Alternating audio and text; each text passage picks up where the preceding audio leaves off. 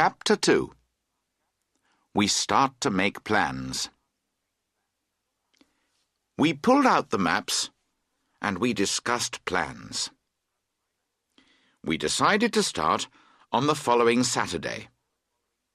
Harris and I would go down to Kingston in the morning and take the boat up to Chertsey. But George could not leave the city until the afternoon.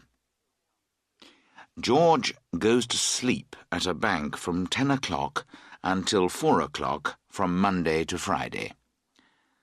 On Saturday, they wake him up and put him out onto the street at 2 o'clock. So George was going to meet us at Chertsey. The next question was where to sleep at night. George and I did not want to sleep in hotels at night. We wanted to sleep outside.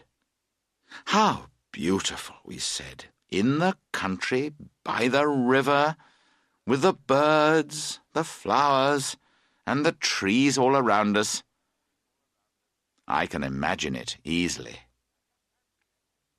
At the end of the day, night comes and the world is peaceful and calm.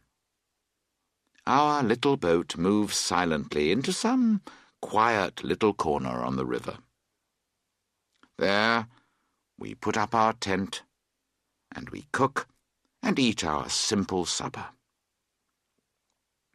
Then we fill our pipes and we sit and talk quietly.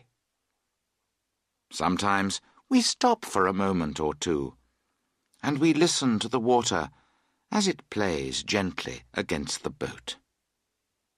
The silver moon shines down on us, and our heads are full of beautiful thoughts. We sit in silence for a time. We do not want to speak.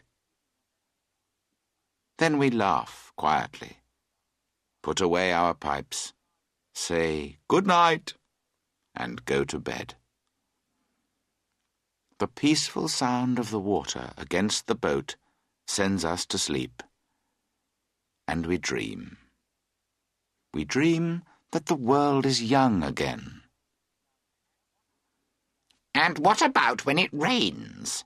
Harris said. He was right. When it rains, you do not enjoy living in tents. I thought about it again. It is evening. You are very wet. There is a lot of water in the boat, and everything in it is wet too. You find a place on the river bank which is not as wet as other places. You get out of the boat, pull out the tent, and two of you try to put it up. Because it is wet, it is very heavy, and then it falls on top of you. You cannot get it off your head, and you get angry. All the time it is raining heavily. It is difficult to put up a tent in good weather. In wet weather it is almost impossible. The other man does not help you. He starts to play about. You get your side of the tent up and begin to tie the ropes to the ground. Just then he pulls the tent from his side and he destroys all your hard work. "Here! What do you think you're doing?" you call out. "What are you doing, you mean?" he answers angrily. "Don't pull it! You've got it all wrong, you stupid man!" you cry. "No, I haven't!" he shouts. "Let your side go!" "I tell you, you're wrong!" you scream, and you wish you could get to him to hit him. You pull your side of the tent hard and pull out all the ropes on his side. "Ah, the stupid fool," you hear him say to himself. And then, suddenly, he gives a violent pull, and your side comes out too. Slowly, you start to go round to his side to tell him what you think of him. At the same time, he begins to come round the other way to tell you what he feels. And you follow each other round and round, and you shout at each other until the tent falls down. And there you are. You stand and look at each other across the tent. At the same time, you both call out, "There you are! What did I tell you?" Meanwhile, the third man has been trying to get the water out of the boat. The water has run up his arms, and he is wet and angry.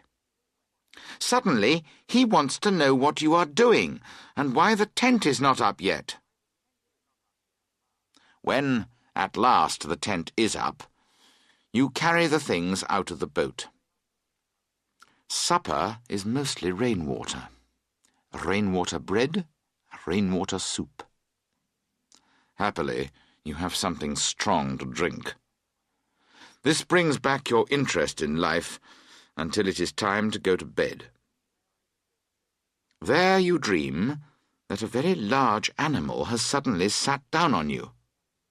You wake up, and you understand that something terrible has happened. At first, you think that the world has ended. Then you think that this cannot be true. So it must be thieves, or murderers, or fire.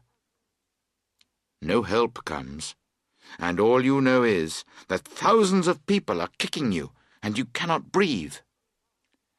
Somebody else is in trouble too. You can hear his cries. They are coming from under your bed. You decide to fight, and you hit out, left and right, with your arms and your legs. You are shouting all the time. At last, you find your head in the fresh air. Near you, you see a half-dressed murderer. He is waiting to kill you. You are just going to start fighting him when you see that it is Jim. At the same moment, he sees that it is you.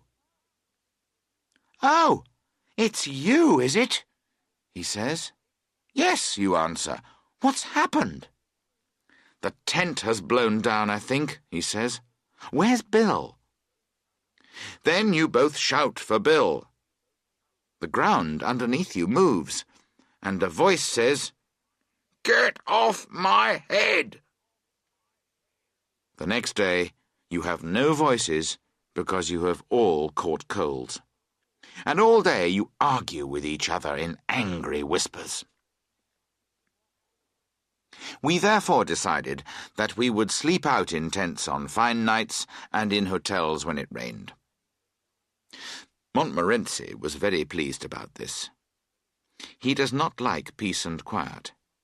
He prefers noise. But he looks so good, so well behaved. When old ladies and gentlemen look at him, tears come into their eyes. When he first came to live with me, I thought, "This dog will not be with me long. He is too good for this world." But by the end of the year, he had killed 12 chickens, which I had to pay for. I had pulled him out of 114 street fights. A woman had brought me a dead cat and had called me a murderer. Then I changed my ideas about Montmorency. We had decided where to sleep, so now we had to discuss what to take with us. We began to argue about this, so we agreed that we had done enough for one night.